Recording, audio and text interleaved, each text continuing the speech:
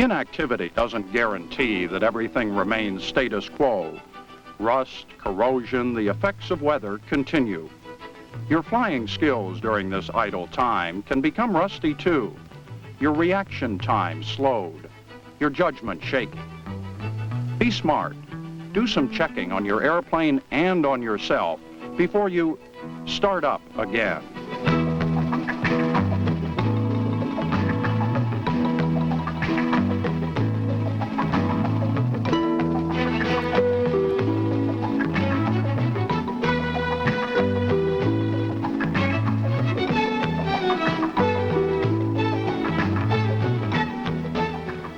When an airplane has been sitting idle for several months due to economic problems, possibly, or sickness, where a pilot hasn't had the opportunity to go fly, it's always a good idea to start off with a good wash job and a good wax job.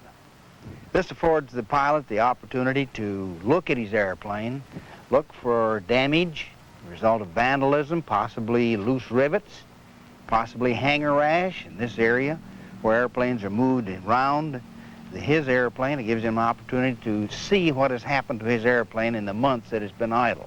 Remembering that the wax the airplane will afford the pilot a better performance. It's always advisable to check all of the openings on the airplane. The pitot tube, the static port, and also all the drain holes. This is especially important because in the wintertime, many times, water collects in there, and the freezing causes damage to the control surface itself.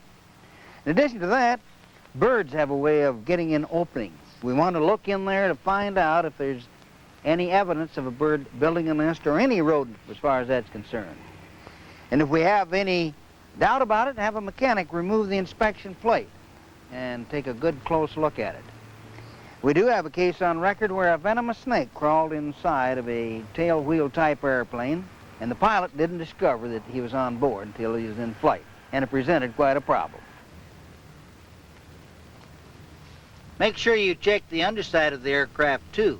Inspect the tire, take a good look at the shock strut, check the brake lines for leaks, also the fairings, drain the gas tanks for any possible water. Also, take a look at the underside of the fuselage for any structural damage and leaks. It's very important to check the windshield for cracks damaged by weather, such as hail or sandstorm, blowing sand. Also the cowl for damage by vandals. This opening here should be clear. The propeller itself should be checked for damage. The spinner, it should be checked.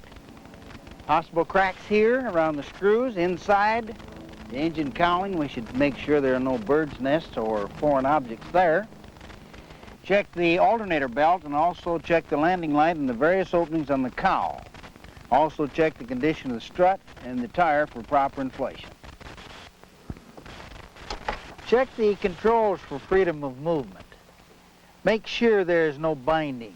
And above all, check for proper rigging. Also the compass for fluid. Make sure it's full of fluid. Might want to make a radio check.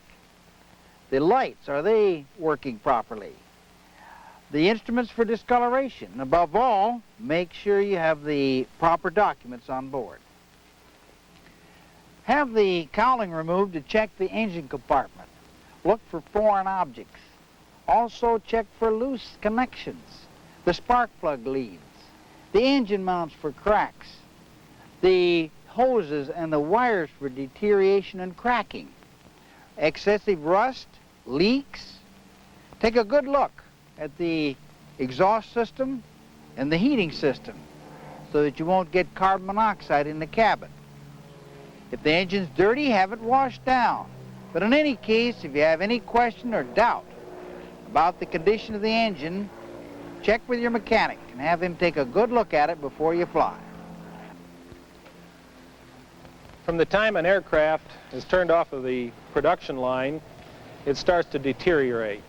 This deterioration process is called attrition. It's an ongoing process that happens with any piece of machinery or equipment.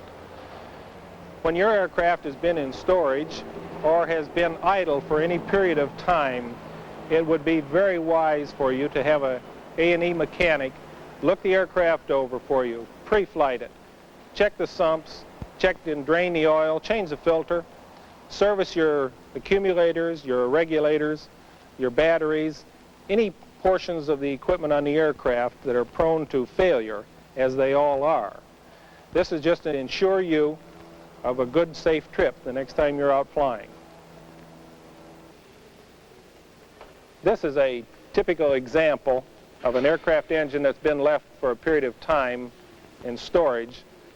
The cylinder walls have rusted, causing pits and damage internally.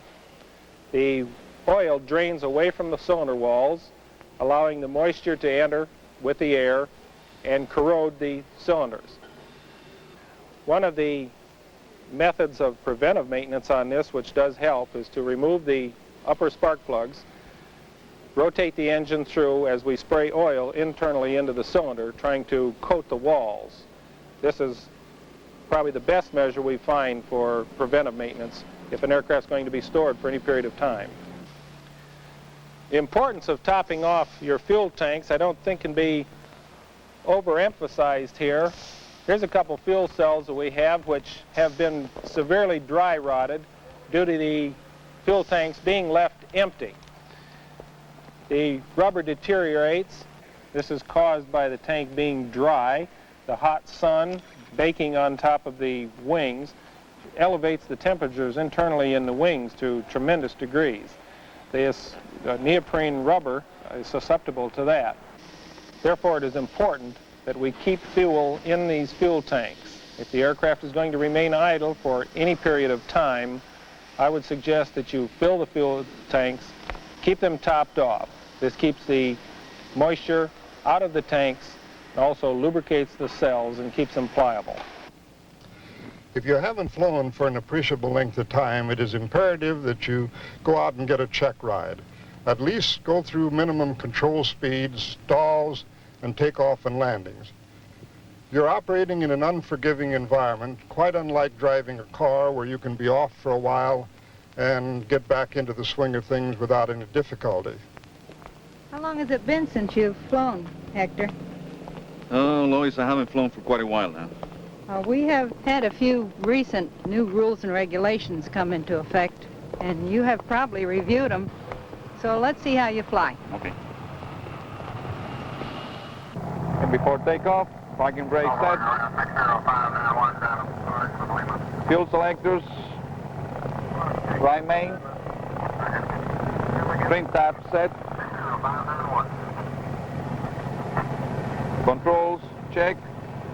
Left, run, right on run. Free and full travel. Temperature and pressures in the green. Mixtures reach. Props forward. RPM 2100.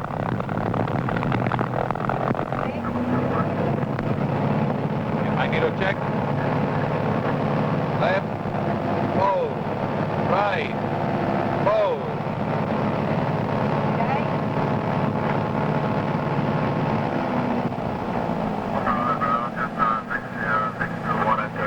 Okay, all instruments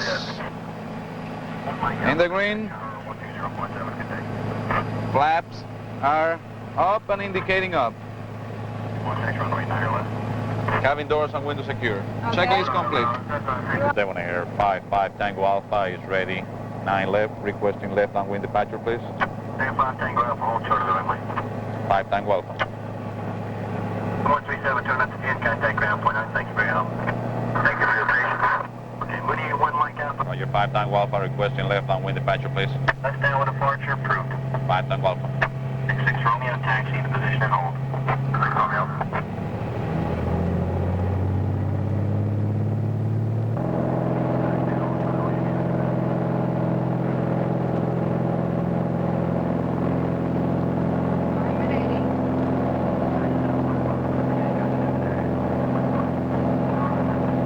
Hey, positive airplane, gear up. Gear up.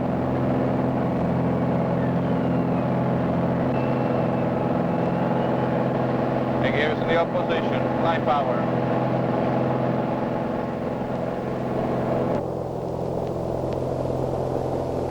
Lois, we're going to do now slow flight. Reduce the power till you hear the horn. Just faintly beeping. With the power back. Maintain the heading and altitude. Slow down to minimum controllable airspeed. Okay, keep it straight ahead. I'm watching for traffic. Okay, when you get near the bottom of the green arc, then turn a little bit. Okay. That's it. That's a stall warning. That's fine. Let's go back to cruise now. Very gently, just bring it right on back to cruise. Okay, we're going to do a clearing turn to the right. All right. 90 degrees. There's a little airplane down below us, but Okay, I can see that traffic. Okay, what kind of a stall you want? We're going to lower the gear and the flaps. Okay, we're gear speed. Landing gear down.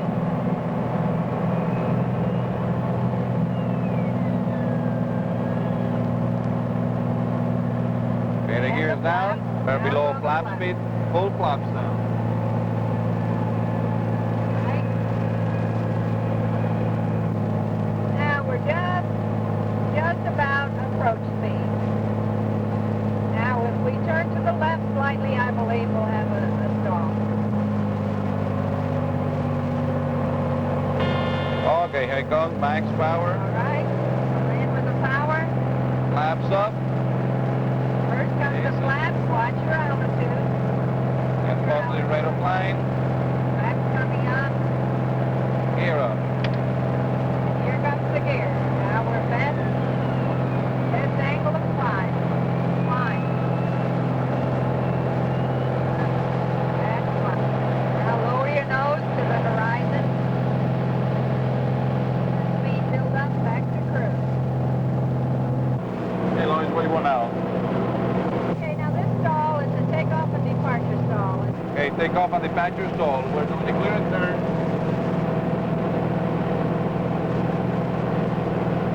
While we're slowing down, the area is cleared to the left. We're clear and turn to the right. So here we are going to slow down to take off speed. Okay. Make sure for each RPM full forward. Slowing down to take off speed.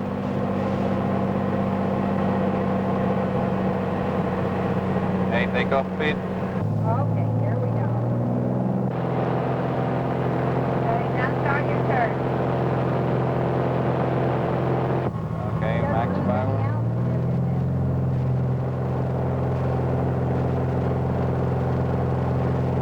There below the nose.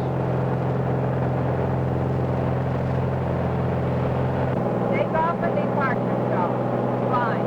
Okay, what's next? Let's try a little woodwork, Hector. Do you have the airplane? I'll hold the airplane.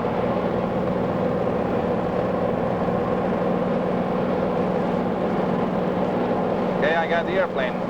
Okay, Hector, let's do a descending turn to the left. Feet per minute descent.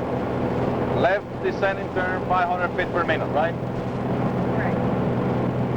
Clear left. Clear left.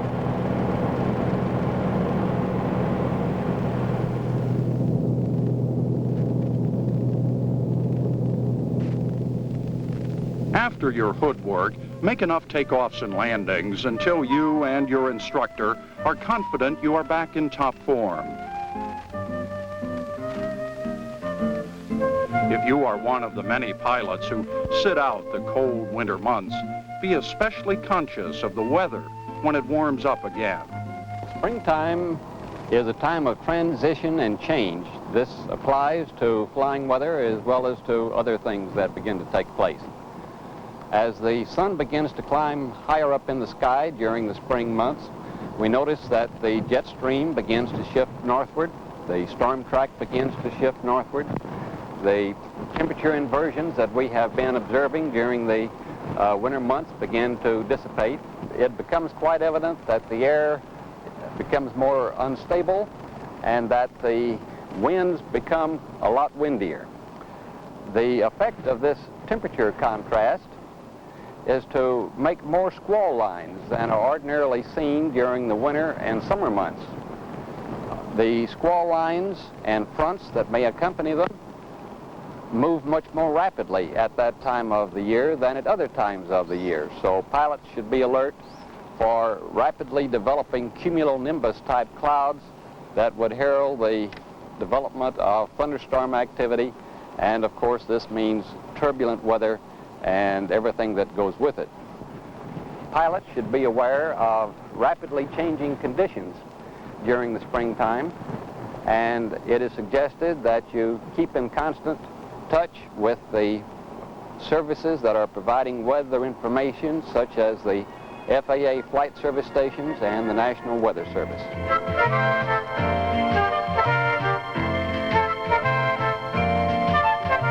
The weather is good. You're flying again. What a feeling. You made that extra effort, thoroughly checked out your aircraft, and you're satisfied that it's now as ready as can be. You took the time to resharpen your pilot skills by taking a check ride. You now fly with reawakened confidence.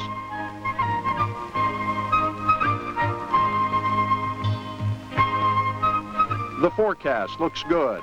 The skies are clear. Have a good and safe flight.